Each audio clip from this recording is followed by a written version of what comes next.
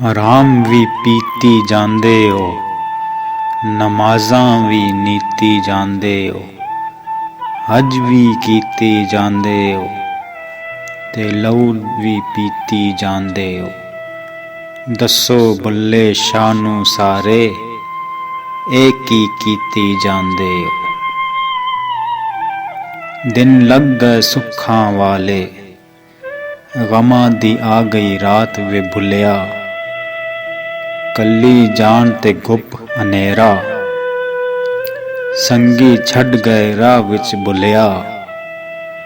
ਔਖੇ ਪੈਂਡੇ ਰੱਬ ਨਾ ਭੁੱਲਿਆ, ਥੱਕ ਹਾਰ ਕੇ ਸੋ ਗਏ ਭੁੱਲਿਆ।